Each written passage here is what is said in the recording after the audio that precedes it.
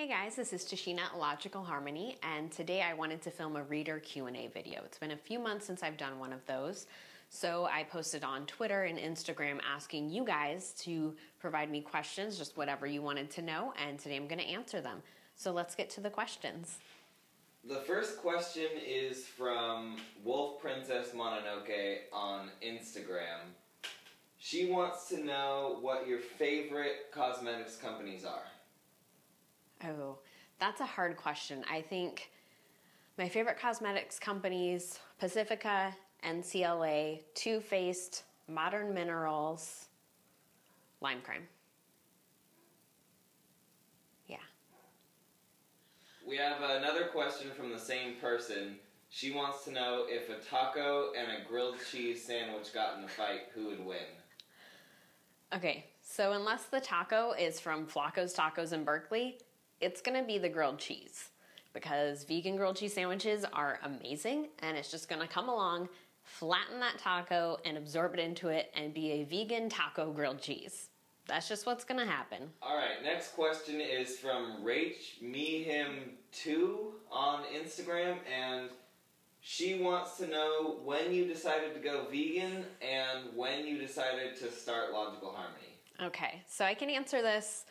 I'll start chronologically. I started Logical Harmony, I think 11 years ago, a really, really long time ago. I've been blogging for like 15, 16 years, something crazy like that. So I started Logical Harmony, actually, I started Logical Harmony 14 years ago. That's crazy. So 14 years ago, I started Logical Harmony, and it was at first a personal blog and then became a beauty and fashion blog and then a beauty blog. And then when I went vegan, it just, of course, made sense to turn it into a cruelty-free and vegan beauty blog. I've been vegan for about 3.5 years. Justin was a huge supporter in me going vegan. It had been something I was considering for a long time beforehand, but I didn't really have the support system around me to feel like I could make that change. Which some people understand, some people don't. We all just have to do what's best for ourselves. But once he and I started spending time together, he just exposed me to a lot of things I really couldn't ignore, but also showed me how easy it really was to have a vegan diet. And that's when I made the change.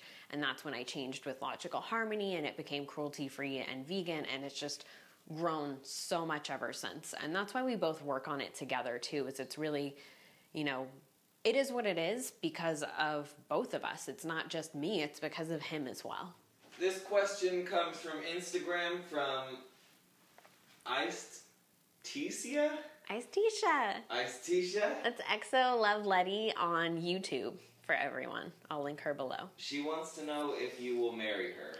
Oh, of course. Anytime. Anytime you want to put a ring on it, I'm here for you, girl.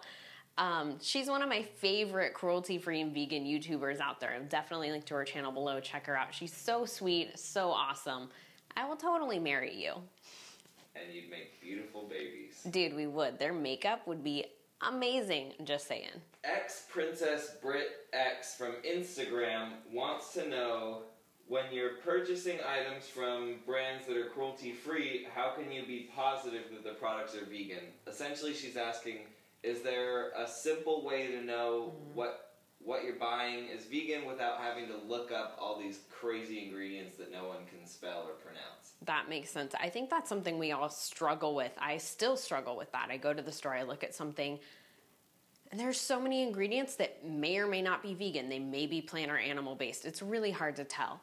So for starters, that's where the cruelty-free and vegan brands list on Logical Harmony is going to be really helpful for you guys. I've done a lot of that vetting for you. I know if a brand is 100% vegan. So if it says, you know, the brand name in bold with 100% vegan next to it, that means literally every product they make is vegan. So you can buy them without worrying about things like glycerin or some of the, you know, iron oxides, worrying about where they come from.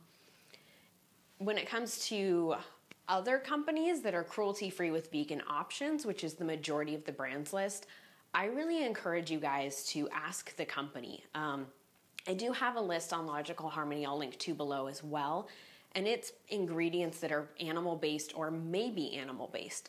So I suggest just doing your research. It does get a little time consuming, but the more time you spend with a brand, the more familiar you're going to be with their policies. So pull up their website, find a product you might be interested in. A lot of brands do note when products are vegan, which is amazing. They might have an FAQ section, or it might say it on the product description page.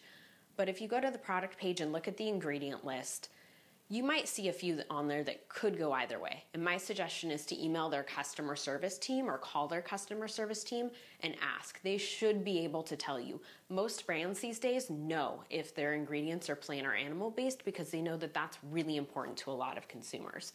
If you call or email and they're not sure, I would avoid the product, but I would also let them know that that information is really important to you so they can provide that to the next person that asks. Here's a question from Twitter from Christina Richards. She wants to know if you ever get overwhelmed by having to be constantly aware of company practices. This is an awesome question. So as you guys know, Logical Harmony is small. It's myself and it's Justin, and I have a full-time job anyway. It does get a little overwhelming, I'm not gonna lie, but it's something that I love doing. Sometimes it's difficult just because there's so many brands out there. I think you guys understand that. If you go to a store, even like a small health food store, there's so many brands just on the shelves there. And so it gets, I don't even know if overwhelming is the word. I feel like that's a negative connotation for what it is, but there's just so many different brands worldwide that people want to know about. And I love that I can help find that information for you guys. Like, I love that this is a process we do at Logical Harmony. It's really, really important to us. It's really huge. It does get hard to keep track of all the brands out there just because there's so many popping up all the time. But that's why we rely on readers to leave us comments or submit emails being like, hey, here's 5 brands that aren't on your list. Just wanted to give you a heads up. And then we go and we reach out to those brands. So that feedback from readers is really helpful in building the cruelty-free and vegan brands list. So it's really comprehensive. It has brands from all over the world on it. And I love that there are readers from all over the world asking these questions. I think that's so flattering and so, so amazing. And I do follow up with the brands on a regular basis. And that part can just get a little overwhelming when brands who are transparent are suddenly not so transparent. And then it's trying to figure out why that's the case. Thankfully, it doesn't happen too often, though. We have a question here from Maidif Des on Instagram, and they're wondering if there's a cruelty-free facial brush that you could suggest. Okay. So this is actually a really common question that I get because so many people use the Clarisonic, and Clarisonic is not a cruelty-free company. Unfortunately, I don't know of any off the top of my head, but because I get this question all the time, I'm going to do some research and I'll do a blog post on this so that you guys are aware. So just check logicalharmony.net for some updates on this in the future. St. Louis Bark on Instagram wants to know if there are any discussions going on by lawmakers in regards to regulating the term cruelty-free. That's awesome. I wish there was. As far as I'm aware, there aren't any discussions in lawmakers talking about regulating the term cruelty-free. There are discussions about, if animal testing should be required, if animal testing should be banned, different things like that. But I'm not aware of any discussion about regulating the term cruelty-free. And I think that's one of the biggest struggles that the cruelty-free beauty community has is there is no regulation on that term. It could mean anything. The product could be tested on animals, and if the finished product isn't, or if a third party did the testing, the brand can say it's cruelty-free. It's super confusing. It's super misleading. I would love it if there was that discussion going on with lawmakers because I think it needs to happen, but I also think it would be really hard for them to enforce with global brands. Kind of similar to the laws about animal testing in the EU and in India is they can only enforce in those regions. So I think that's probably why those discussions aren't happening is because it would be really difficult for them to enforce it. I do think, however, it's an important issue to raise. And I encourage everyone who is registered to vote or of voting age to contact your local representatives, contact your congressman, contact your state representatives and let them know that this is an important issue to you. Letting your representatives in the government know that you care about these things is so important. Right now, there are 2 potential bills in House, one that would require animal testing and one that would ban animal testing. So really getting your voice heard is really important. The government organizations, they can be a little more involved in certain areas of it. So even if there aren't talks about, the phrase cruelty-free and regulating that, there are other talks happening that are related to it, and it's important to get your voice heard. We have a question here from Ann B79 on Instagram. It's kind of a long question, so I'm going to give you the basic gist of it, which is she's wondering if you've talked to companies prior to them being bought out by a parent company that may test on animals. Okay. And how that decision might impact their customer base. And I would add to that question, actually, if you've had any similar discussions with brands that are getting ready to go into a new market like China that would then require them to start testing on animals. Okay. So the first part of the question, a lot of times when brands are going through the acquisition process, they can't publicly talk about it. There are many brands I've talked to that were independently owned and cruelty-free and then got purchased by a company who did test on animals. That's happened quite often, and it's unfortunate. Ultimately, the brands, they have their reasons for why they're being acquired that they can't always talk about. They can't always be transparent about those reasons for business purposes. They have contracts they've signed. A lot of them, they're aware that they're going to take a hit with their customer base, but since they're being acquired, it's not necessarily their decision anymore. Some brands do make it a part of their contract with the company purchasing them that they never be sold in a place that requires animal testing, that the animal testing never occur on their products. Some don't. It can really go either way. And I think it really depends on how important it is to the brand to begin with.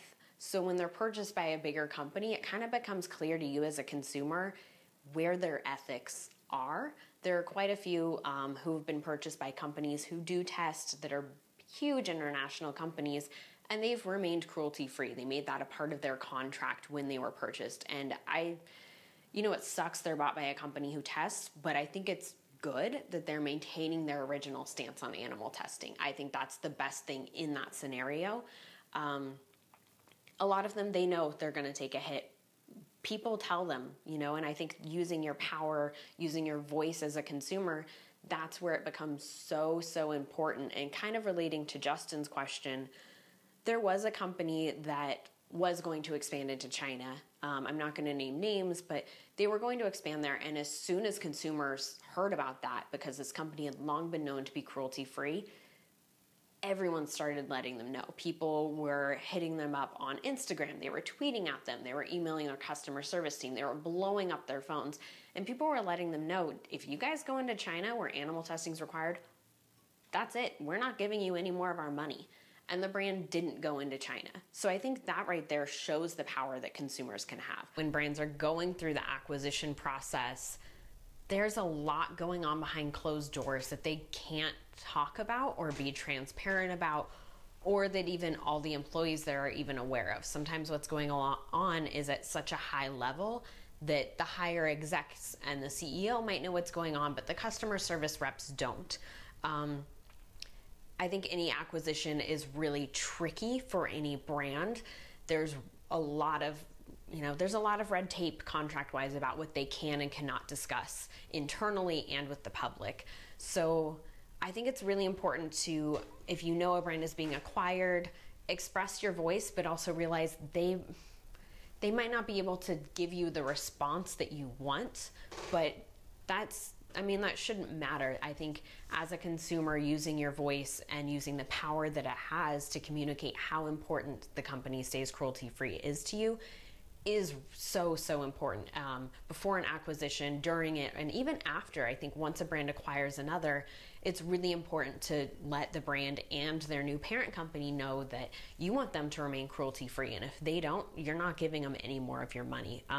Bottom line, money talks. It's unfortunate, but that's just what it is. We have one question here from a friend of mine named Rachel, The Last Echo on Instagram, and she wants to know about your go-to nail polish. Ooh, I love that. So if you guys have been following me for a while, you know that my favorite nail polish company is NCLA. I've been using NCLA for years, like years and years and years. I love them. I love their nail polish. I love their nail wraps. So definitely NCLA. My go-to color from NCLA is called Not So Sweet. And it's this really light cotton candy pink. And I love it. I think it's so cute. It's something where, you know, it can look kind of like a white shade because it's so pale, but I don't know. There's something about this color that I just love, and it dries fast, it wears well, just, it's perfect. So that's probably my go-to shade, my signature shade, if you will, and my favorite nail polish company. So those are all the questions we have time for today. Thank you so much to everyone who asked them. I really, really appreciate it. If you have questions that we didn't get to, leave a comment down below and we'll make sure that we follow up with you or include it in our next video. I want to start doing these much more often because I do get so many questions. I want to make sure that you guys understand that we're listening, you know, I want to help you guys out. Thank you so much again for watching. And to stay updated on cruelty-free and vegan beauty and lifestyle, make sure you subscribe to logicalharmony.net and follow me on Instagram and Twitter at logicalharmony. Bye.